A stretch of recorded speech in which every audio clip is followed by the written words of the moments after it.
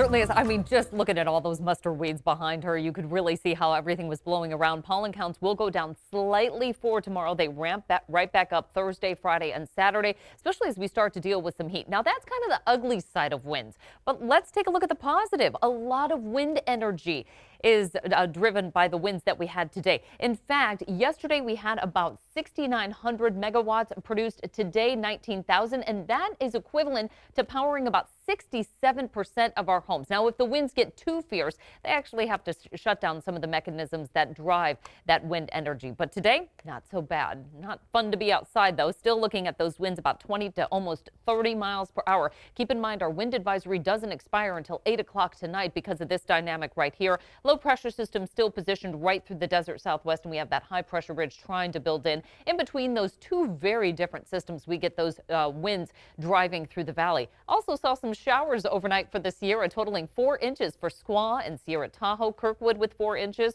Homewood 2 inches of snow, and North Star 2 inches as well.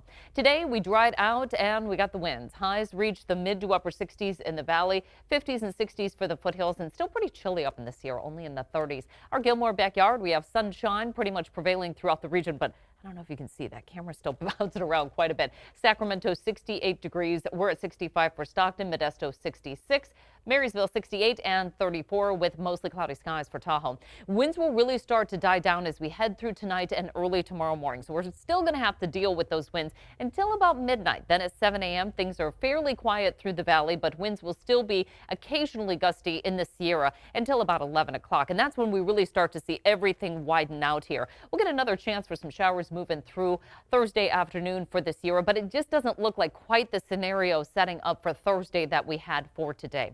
In the meantime, tomorrow's highs in the 50s for the Sierra. Down the hill will warm those highs to about 62 for Jackson, 63 for Auburn. Sonora, we're at 61. 5-day forecast, slight chance of those snow flurries coming through on Thursday, and then things dry out, warm up. We're almost near 60 by Sunday for the Sierra. Highs will be in the 50s and 60s for most of the coast, but once we start to head inland, we're at 74 for Fairfield. We'll see some of those 70s sprinkled throughout the northern San Joaquin Valley and the Sacramento region. So you can see we're already starting to see the effects of that building high pressure ridge in the forecast, and that's going to take us through the weekend where highs will be near 80.